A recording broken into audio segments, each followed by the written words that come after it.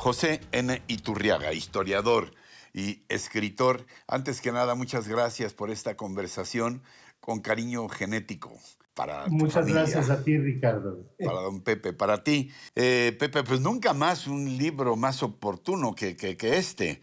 Historia de las epidemias en México.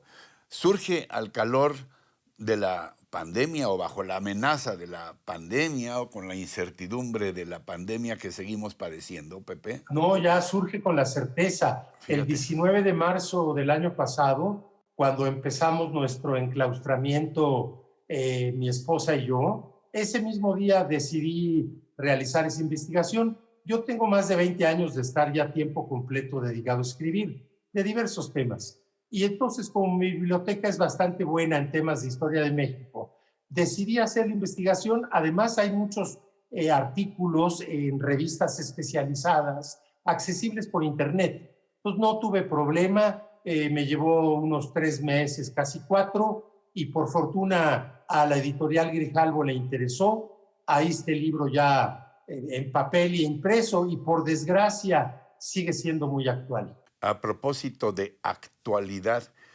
¿a partir de qué año arranca tu investigación o los primeros testimonios de epidemias en México?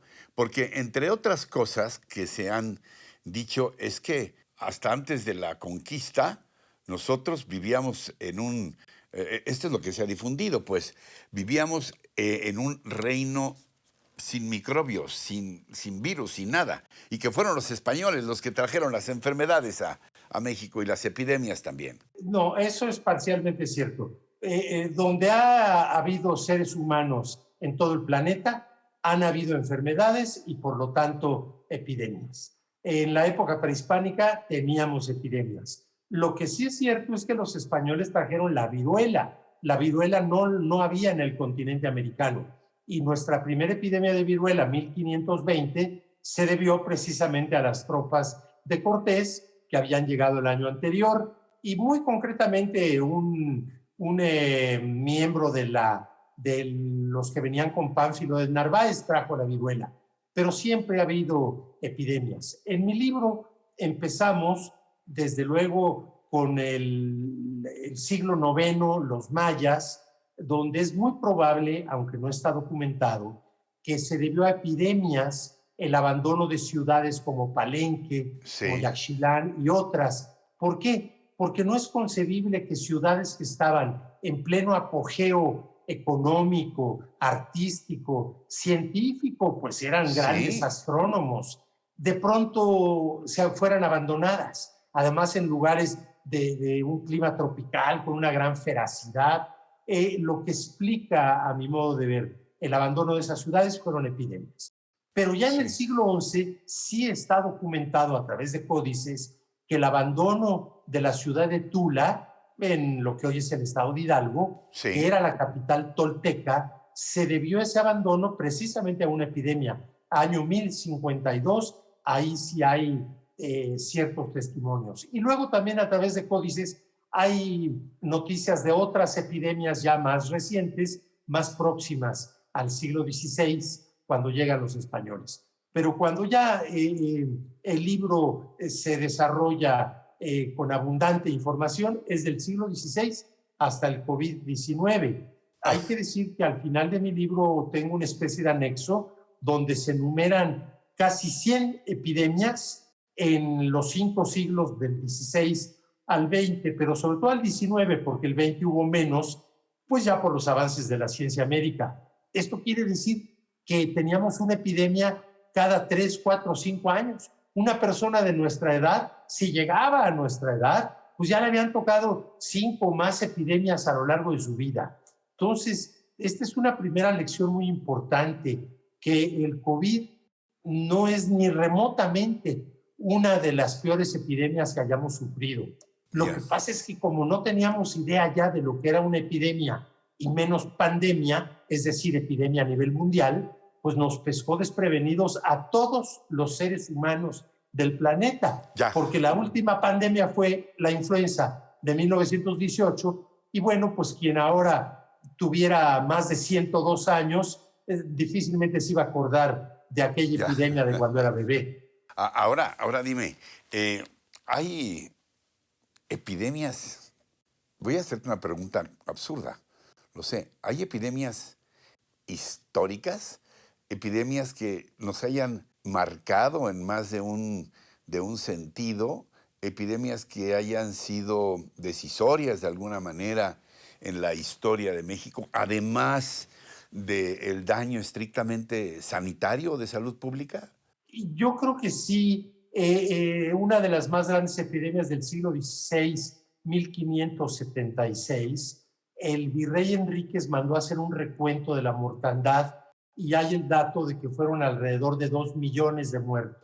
Ay, Dios. No solo es la enorme cifra de mortandad, 2 millones cuando los que vivían en este territorio eran mucho menos. Claro, el No, porcentaje ahora sería altísimo. Fue exactamente. entonces altísimo, sí. Pero aquí viene la respuesta a tu cuestión, que es muy interesante, que no solo fue la mortandad, sino que ya empezamos en el siglo XVI con esa y otras epidemias previas y posteriores, a ver cómo se mezcla un fenómeno natural, médico, hoy diríamos incluso científico en cuanto a su análisis, con aspectos religiosos, Sí, con aspectos de astrología, también fue muy frecuente, y posteriormente con la política, la sí, politización de los sí. fenómenos epidémicos. Entonces, por ejemplo, en esa del 1576, uno de nuestros historiadores más respetados, español, Fray Jerónimo de Mendieta, eh, dice claramente en mi libro, lo cito, que esa epidemia era un castigo de Dios Ah, por los pecados de las gentes, del pueblo.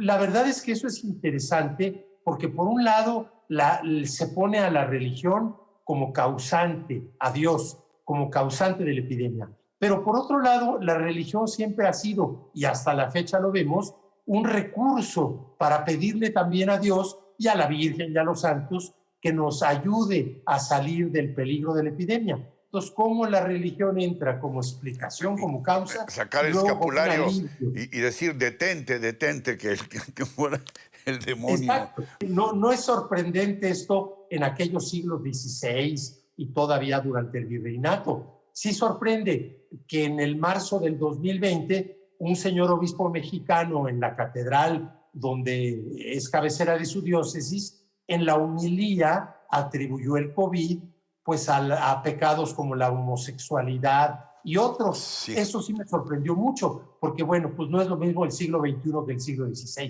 Pero decíamos también la politización, que sí. es algo muy interesante porque eso no acaba y tiene que ver con lo que tú dices, que nos dejan las epidemias.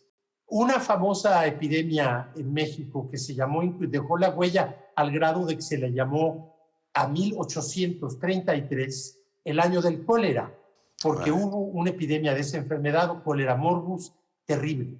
Y en esa época el vicepresidente, pero en funciones de presidente, Valentín Gómez Farías, sí.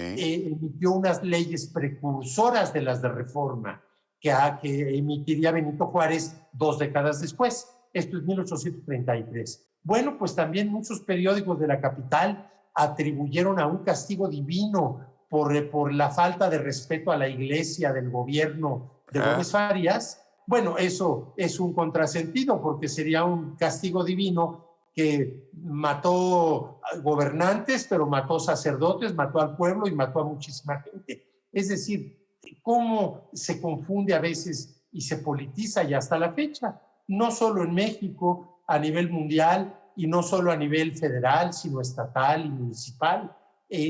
Se trata de politizar un fenómeno que es absolutamente natural y que deberíamos estar más unidos que nunca para combatirlo, porque además los gobiernos se ven entre dos aguas, entre la espada y la pared. Por un lado, la necesidad de establecer normas sanitarias muy rígidas. sí. Entre más rígidas y más obligatorias, son más efectivas desde el punto de vista sanitario. Eso, Pero eso sí, se me hace muy importante porque me adelantas. Yo iba a concluir preguntándote cuáles las lecciones más importantes que nos han dejado las epidemias en México. Esta sin la menor duda, porque todos vemos que mientras más rígidas y obligatorias son las medidas sanitarias y por lo tanto más efectivas, también son las que provocan más enemistad, animadversión, Claro. coraje de la gente y de todos los estratos sociales.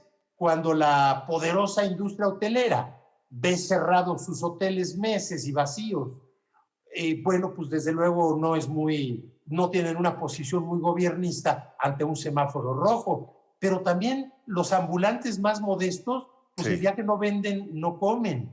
Entonces, para los gobiernos es muy difícil estar en un justo término medio, Claro. donde no se violente tanto la economía, pero sí se proteja la salud generalizada. Es dificilísimo, es mucho más fácil juzgar y criticar que darnos cuenta de lo complejo de las medidas que se deben tomar y que se están tomando y que por supuesto vamos saliendo adelante. ¿Qué esperas? ¿Qué esperas, Pepe, que encuentren tus lectores en este libro?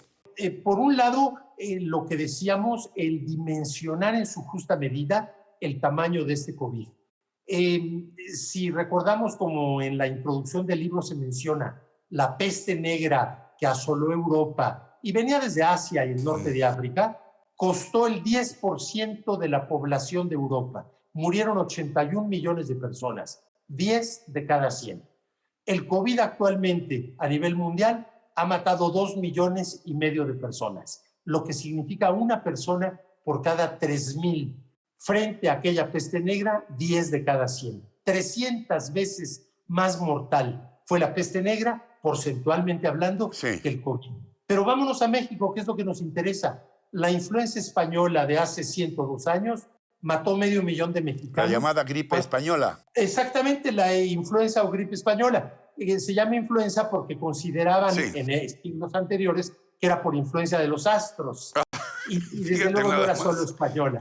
¿Cuántos murieron? Y estabas haciendo el comparativo. En perdón. murieron 500,000 de personas cuando éramos 15 millones. Murió prácticamente el 3%. Actualmente, nuestros 180,000 fallecimientos significan un mexicano muerto por cada 700, frente al 3%. Es decir, 20 y tantas veces más mortal porcentualmente aquella que está. No se trata de hacer las cuentas alegres con cifras, como le hacen luego los economistas. No, se trata, yo me doy cuenta claramente que para una familia donde ha habido un fallecimiento, ese es el 100% de su tragedia. Entonces, Ya. no quiero manipular las cifras, pero sí hay que darnos cuenta de que la magnitud de esta pandemia no es ni remotamente de las peores que hayamos sufrido. Pues una lección dura, ruda, pero formidable para nosotros y para las generaciones por venir. Yo te agradezco mucho, joven maestro, que puedas estar con nosotros muy pronto de nuevo y por lo pronto, gracias por esta gran aportación que nos motiva a una reflexión profunda. Historia de las epidemias en México, de José N. Iturriaga, historiador y escritor. Pepe, te agradezco mucho. Yo a ti, Ricardo, muchas gracias por el interés en el libro y bueno, pues está todo tu público, que es muchísimo. Gracias, gracias siempre, maestro. Hasta muy pronto. Y gracias también a ustedes por su atención, por su compañía y lo que más aprecio, su confianza en este espacio. Hasta la próxima, hasta entonces.